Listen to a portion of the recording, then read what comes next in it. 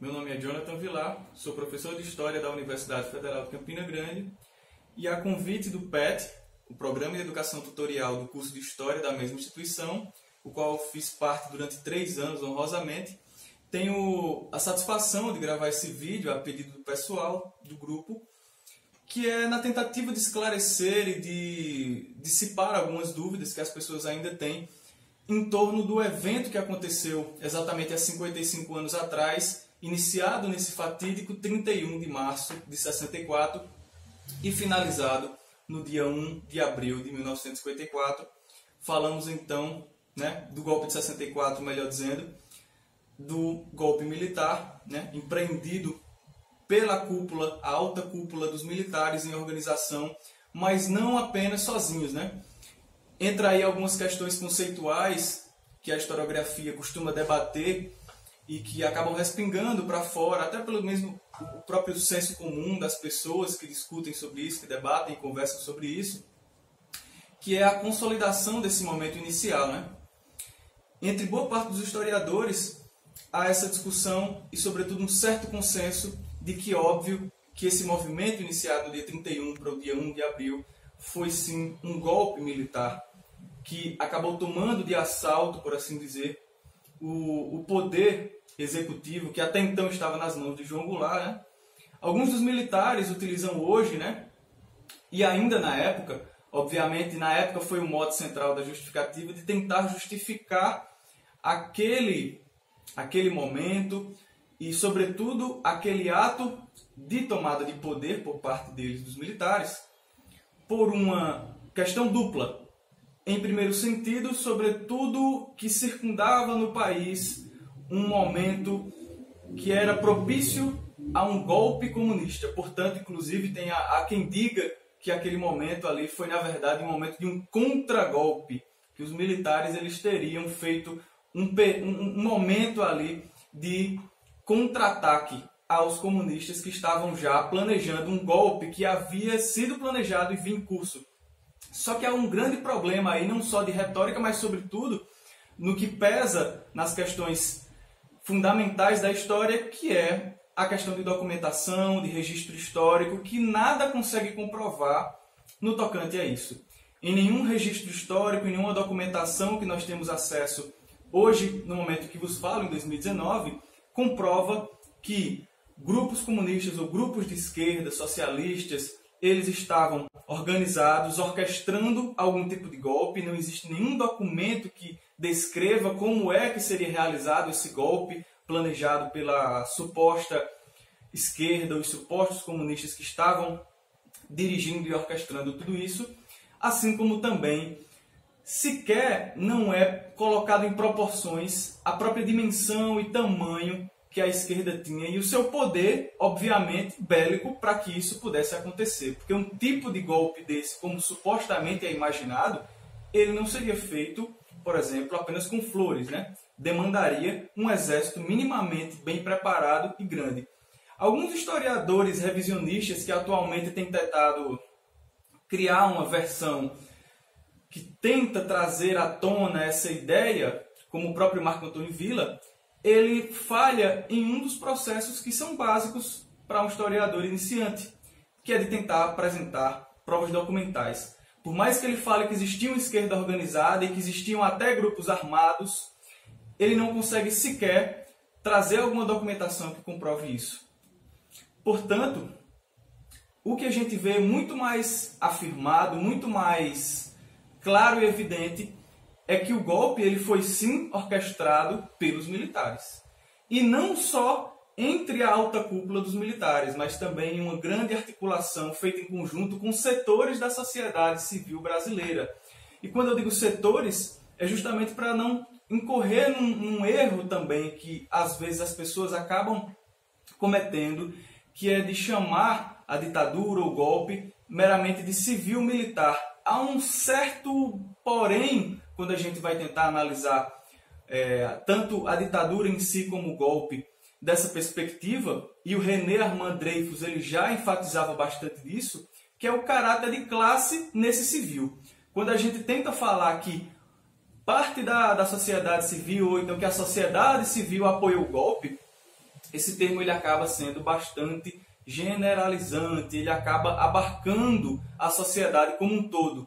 E quando a gente estuda história, sobretudo do ponto de vista social, a gente tem que ter a dimensão de classe, a dimensão de setores sociais que agiram em determinado momento histórico, em determinados acontecimentos.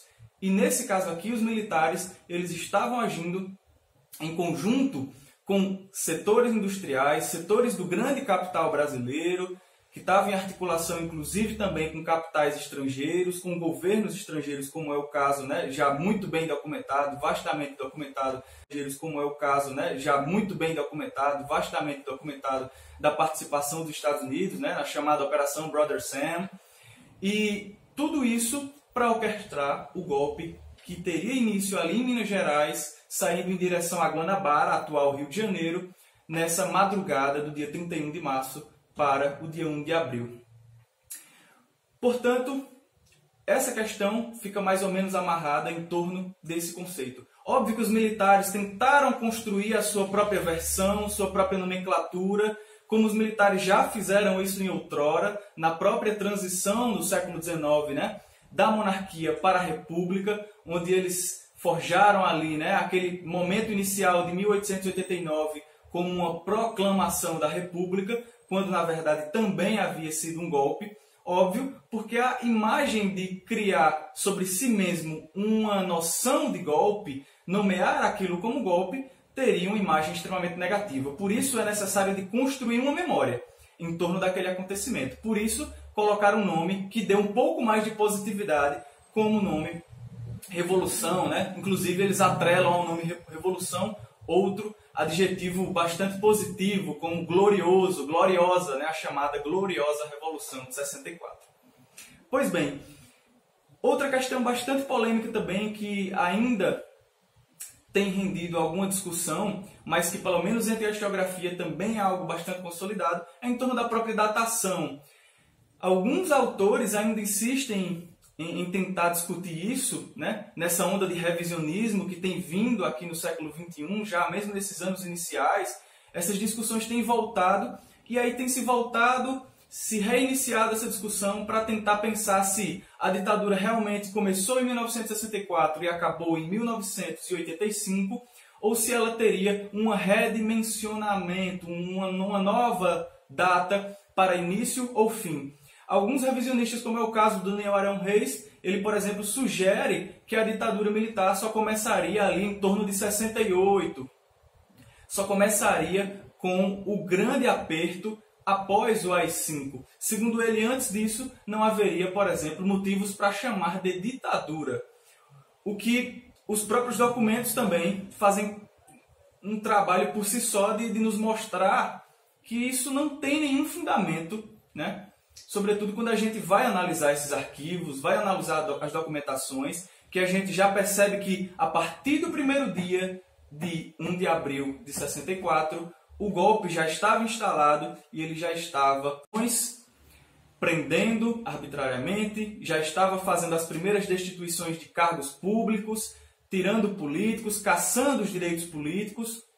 Isso já começou a ser feito nos primeiros momentos. Basta lembrar do caso, né, fatídico do grande deputado Bezerra, ali do Pernambuco, né, um dos grandes lutadores do movimento de trabalhadores do campo, que foi arrastado por um jipe, né, no primeiro dia da ditadura assim dita, e quase, né, podendo ali ter morrido, foi preso, né, isso ele já um senhor de idade, e isso no primeiro momento da ditadura militar. Coisas também que foram se repetindo durante os dias vindouros. Não é à toa que antes mesmo do próprio AI-5 a gente já tinha pessoas que eram a favor do golpe antes de 1º de abril de 64 e que acabaram se tornando oposição, né? Vale lembrar aqui o próprio caso do Carlos Lacerda, que antes era um assíduo defensor da intervenção dos militares. Tem registros históricos disso, como a foto dele emblemática no tanque de guerra, lá na Guanabara, mas foi também um dos caras que sofreu desse processo inicial de censura, de abdicação dos seus poderes políticos, como ele era, né, um parlamentar. Ele acabou perdendo seu direito político e se tornou um opositor também da ditadura. Pois bem, assim como também a gente não pode ignorar a datação final, que é 85. O próprio Daniel Arão Reis também, ele acaba subestimando o final da ditadura e dizendo que ela acaba em 79, pois em 79 a gente tem o fim do bipartidarismo, voltam vários outros partidos à sua atividade, só que lembremos que não são todos, né? Os partidos de esquerda eles continuam ainda sendo vigiados, monitorados, e alguns deles, como o próprio PCB, ele é um partido que ainda está na criminalidade, é um partido que ainda não tem nenhuma permissão de existir durante o período Figueiredo, que vai de 79 a 85.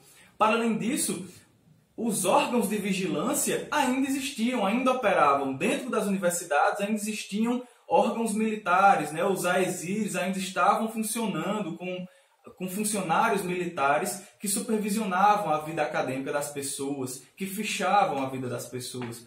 Portanto, não tem como subestimarmos o período Figueiredo. Basta lembrar de vários atentados que também existiram orquestrados e documentados também demais por militares. Um dos mais emblemáticos talvez seja de 81, do Dia do Trabalhador, né, em maio, que é o Rio Centro, que foi um atentado à bomba, ainda bem que foi mal sucedido. A bomba que planejava se explodir no evento, que era um evento musical, com grandes atrações de Gilberto Gil, que tinha inclusive voltado do exílio, né, com Gonzaguinha e outros músicos conhecidos por serem críticos do regime militar. Essa bomba, por muito pouco, não explodiu, podendo, enfim, ceifar várias vidas, né, e acabar com uma festividade que comemorava emblematicamente o Dia do Trabalhador. Foi uma bomba que acabou vitimando justamente os seus feitores, os militares, explodiu no colo de um sargento do Exército Brasileiro. Pois bem, além disso, a gente tem uma série de outros acontecimentos de bombas que foram explodindo em bancas de jornais, de ameaças, desde bombas que foram ameaçadas de explodir, outras que explodiram aqui em Campina Grande, como eu bem retrato na minha dissertação de mestrado, assim como também em vários outros lugares do Brasil, várias outras cidades, sobretudo em grandes capitais, em grandes centros urbanos. No mais, esse vídeo ele é feito mais para gerar, para mobilizar essa reflexão em torno desse dia, em torno do golpe, em torno dessa memória, porque ainda é uma memória que está em disputa e eu diria que ainda hoje, nesse período que estamos vivendo, é um período em que se acirraram mais ainda essas memórias e essas disputas em torno delas para tentar estabelecer qual memória será a vencedora. Só que entre a história, a gente acaba se prendendo, obviamente, aos documentos que subdiziam esse encontro com a verdade dos acontecimentos que ficaram ali entre 64 e 85. Portanto, a gente não pode subestimar o que a história tem nos ensinado, o que a historiografia tem produzido em prol de fazer revisionismos baratos apenas por requintes ideológicos, de tentar agradar certos setores e dispensar o métier historiográfico, que é simplesmente de observar o que nos diz as documentações. Portanto, o dia 31 de março é um dia de memória, de luta, um dia para nunca ser esquecido, sobretudo é um dia de luto, um dia de vestir preto por aqueles que viveram, que foram torturados, que tiveram seus direitos cassados, cerceados, que tiveram que fugir do nosso país para poder sobreviver, ou daqueles que, inclusive, não conseguiram nada disso e que sequer conseguiram sobreviver para contar suas histórias. Fim.